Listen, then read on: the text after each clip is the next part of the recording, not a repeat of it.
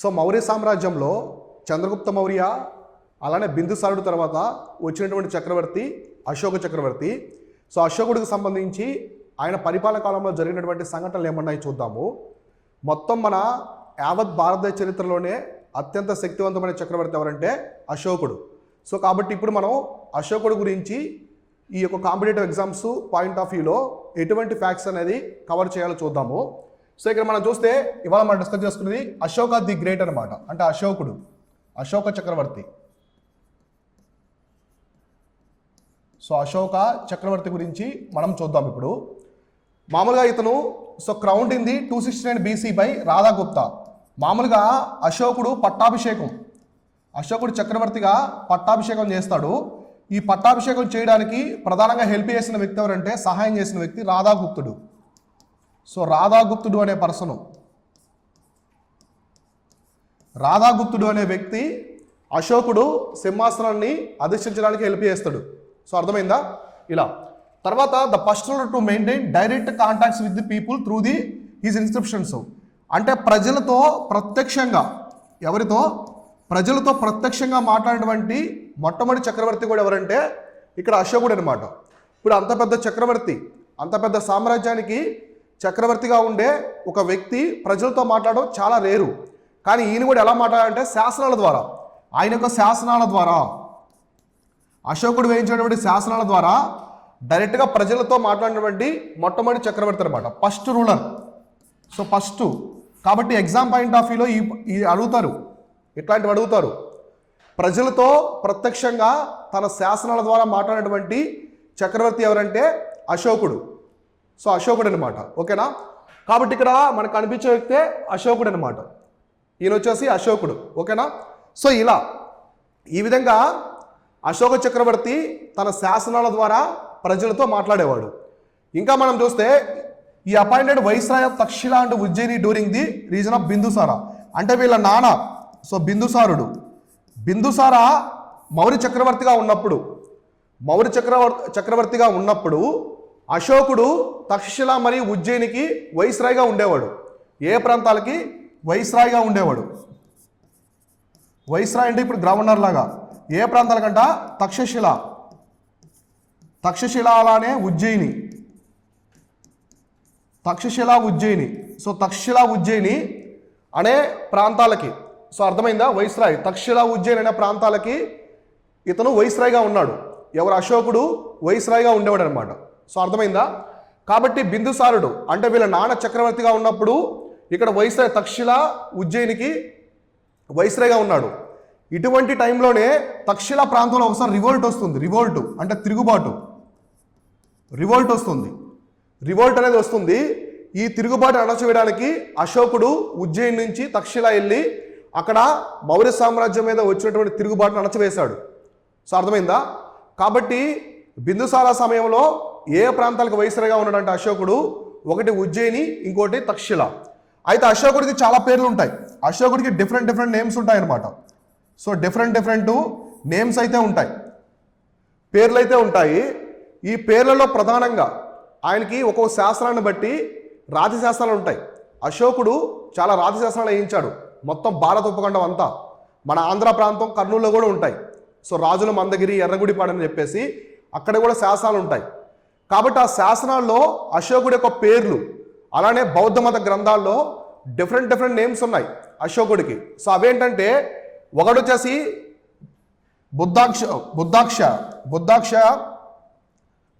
బుద్ధశక్య, next Ashoka. Maski శాసనంలో, so చూడండి మస్కీ శాసనం. So Maski శాసనంలో ఏముందంటే బుద్ధశాక్య. సో బుద్ధశాక్య అండ్ అశోక అని ఉంది. అశోక ఈ రెండు పేర్లు ఎక్కడున్నాయి? అశోక, బుద్ధశాక్య అని చెప్పేసి ఎక్కడున్నాయంటే మస్కీ శాసనంలో ఉన్నాయి. అశోకుడు ఏమిచ్చినటువంటి మస్కీ శాసనంలో ఉన్నాయి. తర్వాత ధర్మశోక అని చెప్పి సారనాథ్ ఇన్స్క్రిప్షన్లో. ఇంకోటి ఏంటి? సారనాథ్. ఇవి ఎగ్జామినేషన్ పరంగా అడుగుతారు. సారనాథ్ శాసనంలో ఏముందంట? ధర్మశోక. సో ధర్మశోక అని చెప్పేసి ఉందన్నమాట. సో ధర్మశోక అని చెప్పేసి సారనాథ శాసనంలో ఉంది. అర్థమైందా? కాబట్టి బుద్ధ శాక్య అశోక అని చెప్పేసి మస్కీ శాసనంలో ఉంది. అలానే ధర్మాశోక అని చెప్పేసి సారనాథ్ శాసనంలో ఉందన్నమాట. అర్థమైంది? ఈ విధంగా కొన్ని శాసనాలు ఈ యొక్క రాక్ ఎడిక్స్ అనమాట, రాతి శిలా శాసనంలో ఉన్నాయి. తర్వాత వచ్చేసి దేవానాం ప్రియ అండ్ పీదసి ఈ రెండు ఎక్కడ ఉన్నాయంటే దీపవంశ మహావంశ. అంటే శ్రీలంకలో సిలోన్ ఉంది కదా, శ్రీలంకలో బౌద్ధ మత గ్రంథాలు ఉంటాయి, దీపవంశ మహావంశ. ఇవి ఎగ్జామ్ పాయింట్ ఆఫ్ వ్యూలో చాలా ఇంపార్టెంట్. ఈ దీపవంశ మహావంశాలో ఏముందంట, దేవానాం ప్రియ. సో దేవానాం ప్రియ. ఇంకోటి వచ్చేసి ఏంటి, పియదసి. ఈ రెండు పేర్లు ఉన్నాయన్నమాట. దేవానాం ప్రియ, పీదసి అని చెప్పేసి ఇక్కడ ఉన్నాయన్నమాట. సో అర్థమైందా? ఎక్కడున్నాయి? శ్రీలంకకు సంబంధించినటువంటి బౌద్ధ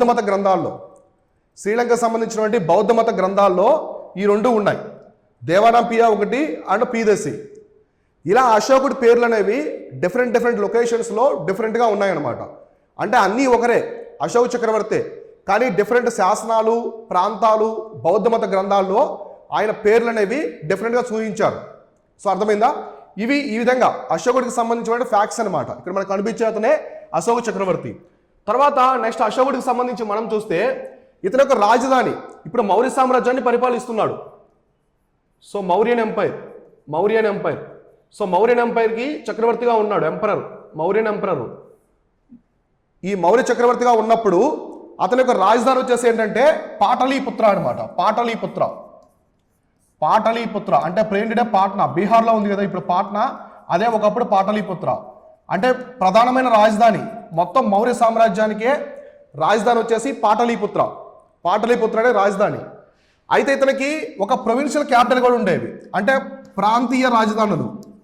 అశోకుడి కాలంలో కొన్ని ప్రాంతీయ రాజధానులు ఉండేవి. అవేంటంటే ఒకటి తక్షశిల. సో అప్పట్లో ఈయన వైస్రాయ్గా పనిచేసినటువంటి తక్షశిల, ఉజ్జయిని. సో సౌత్ వైపు ఉజ్జయిని, అలానే మనకి నార్త్ వైపు తక్షశిల, నార్త్ వెస్ట్ సైడ్ అంటే పాకిస్తాన్ రీజియన్లో. అంటే అశోకుడి యొక్క సామ్రాజ్యం అనేది ఆఫ్ఘనిస్తాన్ వరకు ఉన్నది. ఆఫ్ఘనిస్తాన్ దగ్గర నుంచి సౌత్ వైపు ఆంధ్ర వరకు ఉన్నదన్నమాట. సో అందువల్ల ఈయన ప్రధానమైన రాజధాని, మొత్తం మౌర్య సామ్రాజ్యానికి రాజధాని పాటలీపుత్ర ఉండగా ఆయన ప్రాంతీయ రాజధానులు ఒకటి తక్షశిల, ఇంకోటి ఉజ్జయిని ప్రాంతంలో ఉండేవి. అర్థమైందా? తర్వాత చిల్డ్రన్ ఆఫ్ అశోక. సో ఒకరు మహేంద్ర, కూతురు వచ్చేసి సంఘమిత్ర. సో కుమారుడు అనమాట, అశోకుడి యొక్క కుమారుడు వచ్చేసి మహేంద్ర, కూతురు అంటే కుమార్తె వచ్చేసి సంఘమిత్ర. సో సంఘమిత్ర అంటూ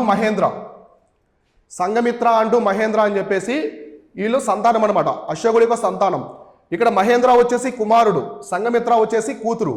అయితే అశోకుడు ఈ బౌద్ధ మతాన్ని అనుసరించేటప్పుడు బౌద్ధ మత వ్యాప్తి కోసం తనకు సొంత కొడుకైనటువంటి మహేంద్రని, కూతురు అయినటువంటి కుమార్తె అయినటువంటి సంఘమిత్రాని ఇద్దరిని కూడా శ్రీలంకకు పంపిస్తాడు. ఎందుకంటే అక్కడ బౌద్ధ మతాన్ని వ్యాప్తి చేయండి అని చెప్పేసి పంపిస్తాడు అనమాట. కాబట్టి వీళ్ళిద్దరిని ఎక్కడికి పంపాడంటే సిలోన్. అప్పట్లో సిలోన్ అంటే ఏంటంటే సింహాల, సిలోన్ అంటే శ్రీలంకకి పంపాడు అనమాట. ఎవరిని? సొంత కూతురు కొడుకునే పంపాడు బౌద్ధ మత వ్యాప్తి కోసం. అలానే మొట్టమొదటిసారి బౌద్ధ మతాన్ని విదేశాలకి వ్యాప్తి చేసింది కూడా ఎవరంటే అశోకుడు అనమాట. ఓకేనా? Next 8 years of the coronation అంటే పట్టాభిషేకం జరిగిన తర్వాత Ashoka fought the horrible Kalinga war 261 BCEలో కళింగ యుద్ధం జరిగింది. కళింగ యుద్ధం అనేది జరిగిందనమాట. ఎప్పుడు? అశోకుడు పట్టాభిషేకం చేసిన 8 సంవత్సరాలకి. సో పట్టాభిషేకం చేసినటువంటి 8 సంవత్సరాలకి ఒక భీకర యుద్ధం జరిగిందనమాట. కళింగ ప్రాంతం ఉంది, అక్కడ మహానది, పరివాహక ప్రాంతాలు, మైదానాలు చాలా పండుతాయన్నమాట, పంటలు బాగా పండుతాయి. సో అశోకుడు ఎలాగైనా సరే ఆ ప్రాంతాన్ని, కళింగ ప్రాంతం ఉంటుంది, అది మౌర్య సామ్రాజ్యంలో ఉండదు. ఆ కళింగ ప్రాంతాన్ని మౌర్య సామ్రాజ్యంలో కలిపాలి, ఆ మైదానాన్ని ఎలాగైనా సరే మన సామ్రాజ్యంలో కలపాలని చెప్పేసి అశోకుడు ఒక పెద్ద భీకర యుద్ధం చేస్తాడు. ఎంత పెద్ద భీకర యుద్ధం అంటే ఇందులో గజబలము, అశ్వబలం అన్నీ ఉంటాయి. శత్రువులని ఊచకొతకు వస్తాడు అశోకుడి యొక్క సైన్యాలు. ఒక నది మొత్తం కూడా రక్తం ఏరులై పారుతుంది. సో మొత్తం మన భారతదేశమే కాకుండా ప్రపంచ చరిత్రలోనే ఒక భీకరమైన యుద్ధంగా మనం దాన్ని చెప్పుకోవచ్చు అనమాట. ఎంతగా అంటే 1,00,000 మందికి పైగా శత్రువుల్ని అశోకుడి యొక్క సైన్యాలు ఊచకోతకు వస్తాయి. నది మొత్తం రక్తం ఏరులై పారుతుంది. మన భారతదేశ చరిత్రలోనే అత్యంత ఘోరమైనటువంటి యుద్ధం అనమాట అది. అటువంటి యుద్ధం అనేది జరుగుతుంది. అయితే యుద్ధానికి ముందే అశోకుడు బౌద్ధ మతంలో ఉంటాడు. కానీ అహింస ఇటువంటి వాటిని పాటించడు. రాజధర్మంగా యుద్ధాలు అవన్నీ చేస్తూ ఉంటాడు. గుర్తుపెట్టుకోండి, అశోకుడు కళింగ యుద్ధం కంటే ముందే బౌద్ధ మతంలో ఉన్నాడు. కానీ సూత్రాలని ఆ సిద్ధాంతాలను అనుసరించలేదు. అయితే ఇది కంప్లీట్ అయిపోతుంది. ఏది? కళింగ యుద్ధం అనేది కంప్లీట్ అవుతుంది. కళింగ యుద్ధం అయిన తర్వాత, అంటే కళింగ యుద్ధంకు ముందే బౌద్ధ మతంలో ఉన్నాడు. ఇప్పుడు కళింగ యుద్ధం అయిన తర్వాత బౌద్ధ మతం యొక్క డాక్ట్రిన్స్ అనమాట. తర్వాత అశోకుడు యుద్ధం తర్వాత తన అంతఃపురానికి వెళ్ళి ఆలోచిస్తాడు. ఆ యుద్ధంలో జరిగినటువంటి మారణ హోమము, శవాలు తెగిపడ్డము, నది మొత్తం రక్తం ఏరులై పారడము, ఇవన్నీ చూసినటువంటి అశోకుడు యొక్క మనసు అనేది కలచవేస్తుంది.